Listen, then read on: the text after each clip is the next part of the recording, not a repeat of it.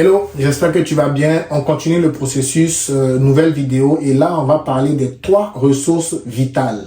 Les 3 ressources qu'il faut prendre véritablement en compte pour pouvoir rester dans notre couloir, rester dans notre démarche, rester dans notre processus. Il faut prendre soin de notre temps, il faut prendre soin de notre énergie et il faut prendre soin de notre argent. Commençons par le temps. Alors, c'est bien vrai qu'on parlera du temps, mais je ne parlerai pas de l'horloge. Je parlerai de quelque chose de plus grand.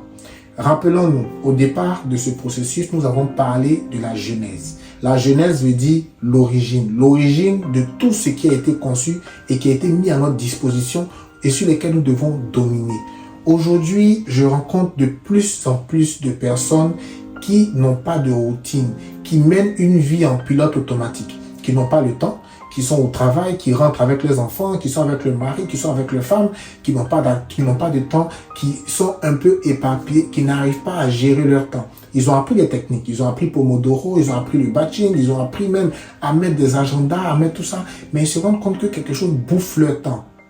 Et ça, c'est quelque chose qui arrive justement quand tu ne sais pas où tu vas. Quand tu sais où tu vas, tu as la possibilité de réorganiser ton temps pour faire de la priorité à ce qui touche au royaume. Et donc, lorsque tu te dis que tu n'as pas le temps, en fait, tu as du temps. Tu as 24 heures comme tout le monde. Seulement, ton temps n'est pas priorisé.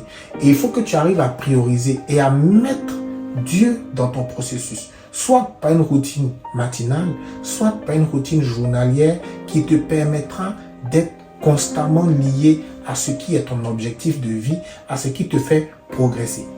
Et donc, si tu n'as pas le temps, il faut savoir que tu n'as pas Dieu. Bref, je ne vais pas te fustiger, mais en vrai, si tu fais de Dieu ta priorité, tu trouveras le temps qu'il faut pour être à temps à l'agenda divin. Dans la Genèse, Dieu a créé des luminaires. Il a créé le soleil, il a créé la lune, il a créé la nuit, pour que nous puissions comprendre qu'il y a des saisons. Et donc, on a un agenda, c'est-à-dire que Dieu sait que dans 20 ans, il y aura tel type de fléau. Et il a déjà équipé ses enfants. Donc, quand on perd notre temps dans des choses qui ne nous font pas progresser, qui ne nous rapprochent pas de notre couloir, on ne peut pas être parmi les gens qui vont recevoir les grâces et les faveurs pour être dans les sphères d'influence que le Seigneur a déjà définies. Et du coup, on perd du temps. Qu'est-ce qui a perdu du temps au peuple que Moïse faisait sortir d'Égypte? C'est parce qu'ils ont commencé à se dire que Dieu a mal fait de les faire sortir. Ils étaient bien en esclavage. Certains étaient même prêts à retourner en esclavage parce qu'ils se disaient qu'ils ne voyaient pas le bout du tunnel. Et comme ils ont douté, et comme ils ont orienté leur focus sur des choses qui ne font pas progresser, qui ne ramènent pas l'agenda divin, au lieu de faire 40 jours, ils ont fait 40 ans. Donc, des choses sont arrivées dans ta vie et t'ont perdu du temps. Des choses sont arrivées dans la vie et ont remis Dieu à la seconde place pendant que tu t'es occupé des choses plus urgentes, plus importantes selon toi. Et dans l'agenda divin, tu t'es retrouvé loin de l'objectif de Dieu. Et donc, dans l'agenda, il a commencé, ceux qui étaient déjà dans la lignée avec lui, qui étaient déjà proches, en rapport avec lui, proches de lui dans leur couloir, dans leur mission, même s'ils n'étaient pas véritablement déjà en train d'exercer, ils étaient déjà prédisposés à pouvoir recevoir. Et donc, Dieu, il parle tous les jours. Il parle, il a juste besoin qu'on soit là pour l'écouter.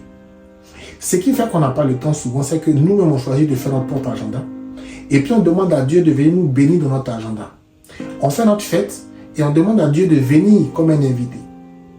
Et ça, c'est ce qui fait que souvent, on a l'impression que Dieu ne nous écoute pas. Le temps est une valeur précieuse. D'autres personnes te diront que le second nom de Dieu, c'est le temps. Et donc, le temps est la ressource la plus importante, la ressource vitale qu'il faut avoir. Ayons du temps pour Dieu et c'est lui qui va organiser notre temps pour que nous soyons à l'heure dans nos saisons. Il n'est jamais trop tard. Dieu est capable de faire très vite. Lorsqu'on reconnaît, lorsqu'on parle avec ce qu'il a dit dans sa parole, lorsqu'on le met à la première place et lorsqu'on sait qu'il y a des saisons dans lesquelles nous devons briller. Et tu es appelé à briller. Tu es appelé à briller. Et ce programme-là, il est fait pour te rapprocher justement de ton couloir. Que ton couloir puisse véritablement guider tout ce que tu fais. Que ton couloir puisse te permettre de prendre les bonnes décisions. Que ton couloir puisse te permettre de mettre Dieu dans le temps en priorité. Que tu aies du temps pour lui, que tu aies du temps pour toi, que tu aies du temps pour ta mission et que au travers de ce shift que tu vas faire, au travers de cette transformation que tu vas faire au niveau de ton emploi du temps, que cela puisse impacter ta vie et que tu sois à l'heure de l'agenda divin. La notion de temps est très importante. Je ne te parlerai pas des techniques comme on a dit, mais je te dis juste de revenir à l'essentiel, à la base, à l'origine, à la genèse, en relisant un peu ce que Genèse te dit par rapport à l'ordre de Dieu. À la prochaine vidéo, nous parlerons d'énergie. Ciao. À bientôt.